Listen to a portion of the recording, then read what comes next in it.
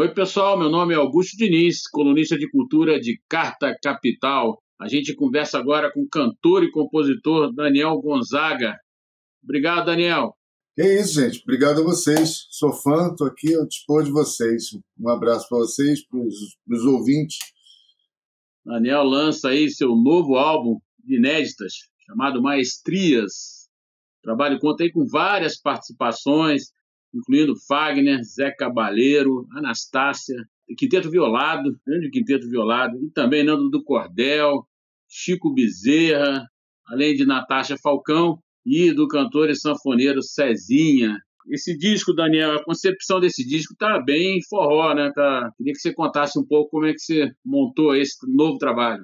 Esse disco começou porque eu comecei a compor com a Anastácia, que é a rainha do forró, hoje viva, mais do que viva, 84 anos, esbanjando conhecimento, música, e a gente começou a compor. E daí eu comecei a compor com alguns grandes mestres, Chico Bezerra, de Pernambuco, Nando Cordel, que é autor de N sucessos que todo mundo conhece, Flávio Leandro, que é um poeta do interior do Brasil, do Bodocó, lá do Nordeste. E dali, junto com uma discussão que eu tenho com a minha mulher, a Carolina Albuquerque, que é minha produtora, veio um assunto que é o assunto que a gente vem debatendo demais, que é sobre exatamente a questão da maestria, do quanto essa cultura brasileira ela rende dinheiro, ela rende visibilidade lá fora e ela é tão maltratada aqui dentro.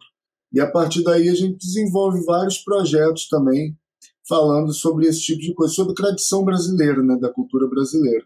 Maestrias é só um deles. A Maestria é o primeiro, né, projeto dando sequência aí, começo desse trabalho que você pretende fazer aí com os mestres. Isso. Com a participação de um monte de gente, né? Aí não são compositores, né? Fagner, Quinteto Violado, aquele povo todo que você falou. Eu, enquanto neto de Luiz Gonzaga, vejo ele por aí em todo canto, né? De formas benignas ou malignas. Mas procurei buscar dentro de muitos parceiros brasileiros o quanto Luiz Gonzaga está dentro deles. Então a gente vem gravando uma série chamada Gonzaguianos, sobre essas pessoas que detêm um pouco do legado do Luiz Gonzaga. Poderia aqui falar super fãs, mas os gonzaguianos são bem mais do que isso, né? Eles são detentores dessa cultura que é um pilar para a cultura brasileira. Entender como é que Gonzaga está dentro, por exemplo, tanto de Fagner, que é um tanto óbvio, como de Zé Vaqueiro.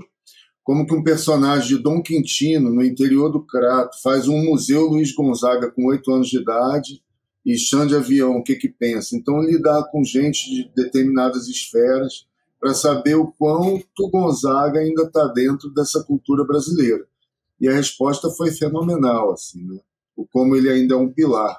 Então, eu tenho trabalhado muito em torno disso, dessa manutenção de cultura brasileira, que eu estou vendo que os tempos estão mudando, os novos vão chegando, mas não há uma manutenção, né, desse pessoal mais antigo, nem dos 360 ritmos brasileiros que caracterizam 360 sociedades brasileiras. Isso vai se perdendo, a própria sociedade vai se perdendo.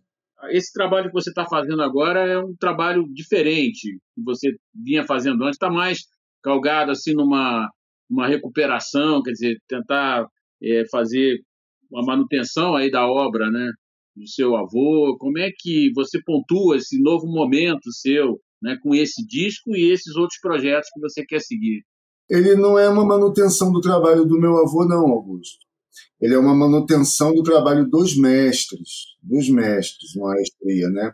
Porque a gente tem outros avós meus aí ainda vivos, né? A gente tem a Anastácia, a gente tem Cátia de França, a gente tem um monte de gente que está aí vivo. Então esse papo é sobre os vivos. E ele não é um novo momento. Se você pegar, por exemplo, meus 2 últimos discos, eles trazem uma linguagem mais pop, mais incorporada aos ritmos nordestinos. Por isso que eu falo, ele não é um disco de forró, né? O Maestrias ele é quase um disco de MPB, porque ele não traz só a linguagem da zabumba, do triângulo e da sanfona, como se diz o forró pé de serra hoje em dia, né? Ele traz uma questão mais voltada para os arranjos, né? A gente tem a presença da flauta, do violoncelo. Então ele é uma... Não tem jeito de eu fugir de uma visão MPBzada desse Nordeste característico, ou mesmo da minha vida musical, porque eu sou filho do meu pai, eu sou de 75, peguei MPB de cara, com todos os seus Chicos Buarques, Caetanos Velosos e Djavans ali dentro, então eu consigo pensar a música como um amálgama, né, do Gonzagão, que veio para mim com 20 anos enquanto fã, de um Gonzaguinha que cantava para mim violão e voz em casa, né, junto com as músicas que minha mãe escutava, e com o Rock Brasil de 85, né, porque eu sou de 75 e ainda peguei isso aí. Então eu misturo tudo nesses trabalhos. Agora, o que aconteceu foi que na época da pandemia, eu já desenvolvi um trabalho chamado Biblioteca de Ritmos, que é um site, está no ar, mapeando ritmos brasileiros, que é uma paixão minha. Então estão lá os fandangos, congada mineira, jongo, tem tudo lá na homepage. E na época da pandemia, eu me peguei revendo alguns conceitos meus de manifestação cultural, porque eu comecei a ter contato com muitos mestres, com muitas pessoas que estão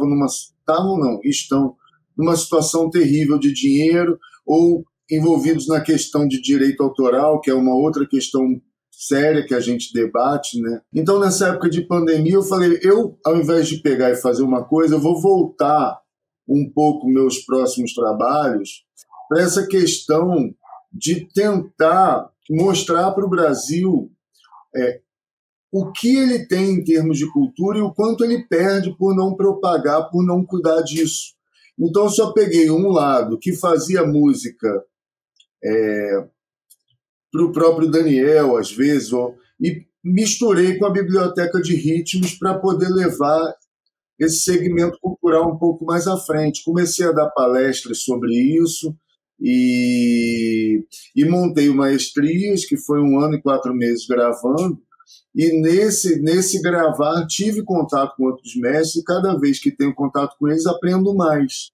E gostaria de retornar isso para a sociedade brasileira com o álbum e com essas discussões que vocês me convidam para ter, essas demonstrações da possibilidade da cultura brasileira. É o mesmo Daniel, só um pouco mais focado nessa manutenção cultural, que eu estou vendo isso tudo acabando, né?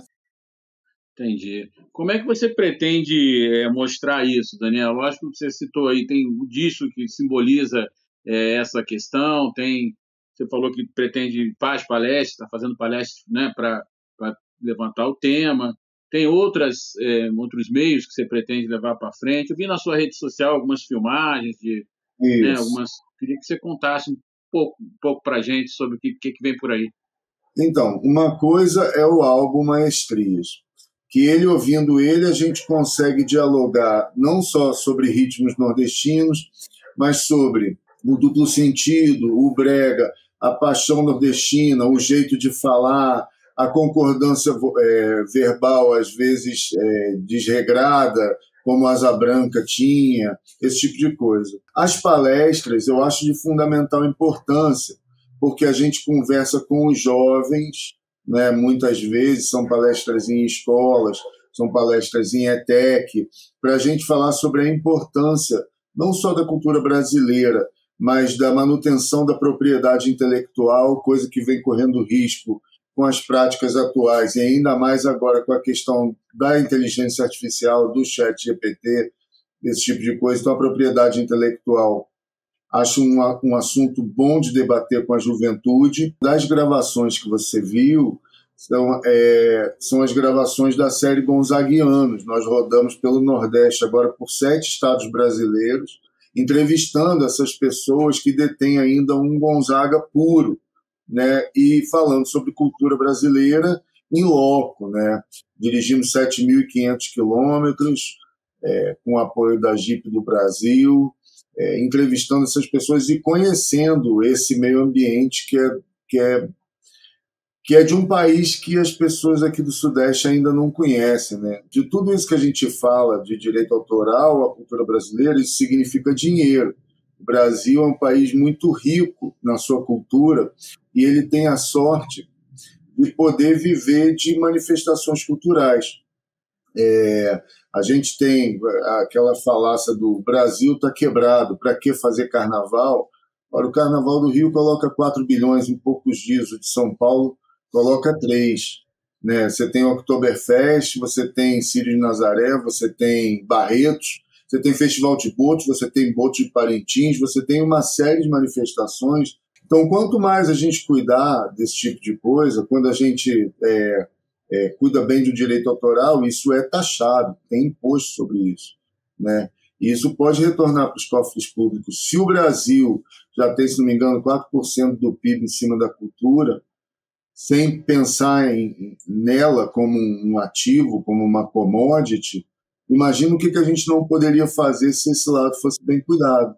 E quem vai cuidar disso daqui a pouco são os jovens, são as crianças que hoje têm 10, mas daqui a 2 anos tem 30, porque passa rápido assim.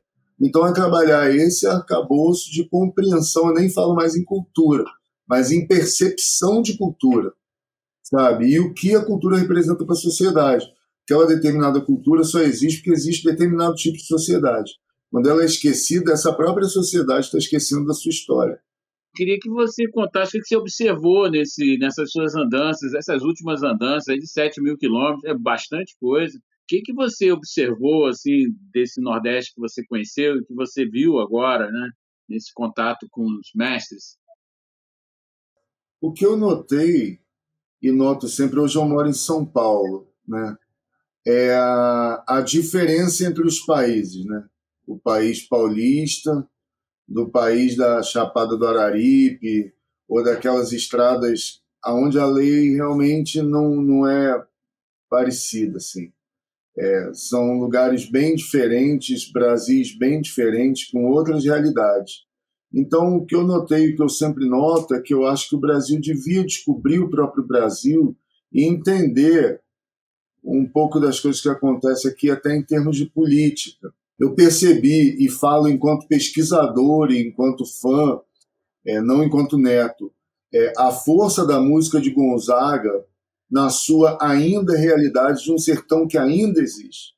De um sertão que é maravilhoso, que é muito alegre, que é muito farto, mas que em alguns momentos precisa de coisas mínimas para subsistir. Eu percebi que a cultura ela vira um produto na mão de alguns, mas ela não está disponível para todos. Eu percebi que o trio de forró continua perdendo espaço e ganhando muito pouco dinheiro com relação aos grandes artistas que frequentam as festas locais nacionais. A percepção de um Brasil profundo como esse, ela é impossível de ser repassada, né? O que se guarda na retina. Mas o que fica é o início do nosso papo, de que se tudo fosse melhor monitorado e houvesse uma rede que interligasse isso, a gente ia, como né? Ser chamariz para o mundo vir para cá. Acho que o Brasil é o único lugar que ainda existe nesse mundão. Acho que cada brasileiro deveria ter 4 passagens. Se você é do Sudeste, você pode ir para o Norte, para o Nordeste, para o Centro-Oeste, para o Sul, você banca, mas a passagem de avião está garantida. Para você passar lá um mês e entender essas dinâmicas de sociedade. E essa sociedade que vai exercer seu poder de fala como? Na cultura. É nos raps, é nos funks, nos maracatus, na rua, né? Porque isso tudo se faz na rua. Então é maravilhoso estudar cultura, que eu posso ser antropológico e estudar sociedades, e vice-versa. Né? Então eu percebo o que eu sempre percebi, um país incrível que ainda está aí, ainda está aí. Então, bacana, a gente conversou aí com o Daniel lançou aí Maestrias, um belo disco, aliás, vale a pena ouvir, disco bem feito, como ele disse, tem essas nuances da MPB também no disco, né? E os ritmos lá do Nordeste, muito bem encaixado, bem produzido, bem colocado, as composições, né? A rainha do forró, lá na Anastácia, a nossa a rainha verdadeira do forró, aliás, né? Essa é mesmo, essa é fera, viu? Essa é feríssima, essa é Essa é. feríssima. E ele falando aí também dos outros projetos, a continuidade, né, de Maestrias e outro com contato com os mestres, exaltação aos mestres, né, do Nordeste, importantíssimo, sério, é preciso ser feito isso sim. E Daniel tá parabéns, vamos acompanhar essa história, viu, Daniel? Eu quero receber material aí de cada coisa que você está fazendo, porque é muito legal isso aí. Obrigado. A gente tem tido o hábito também de fazer um pequeno diário lá nas redes sociais, no Instagram, né, Daniel Oficial, e no Twitter, que eu chamo de Twitter, não tem jeito, mas eu estou lá, falo com todo mundo também, mas a gente sempre faz uma novelinha daquilo que a gente está fazendo, e os mestres do país, né, tem tanta gente por aí, eu só consigo alcançar um pouquinho de cada vez, mas esse trabalho tem que ser feito, a ajuda em termos digitais, muitos editais acontecendo, mas às vezes os mestres não sabem usar a internet para chegar até esses editais, até essas leis de incentivo. É importante quem pode dar uma força nesse sentido, de ajudar essa cultura a prevalecer, porque senão não adianta abrir edital, porque alguns deles não têm nem celular, como a gente viu em alguns casos, não tem nem luz elétrica.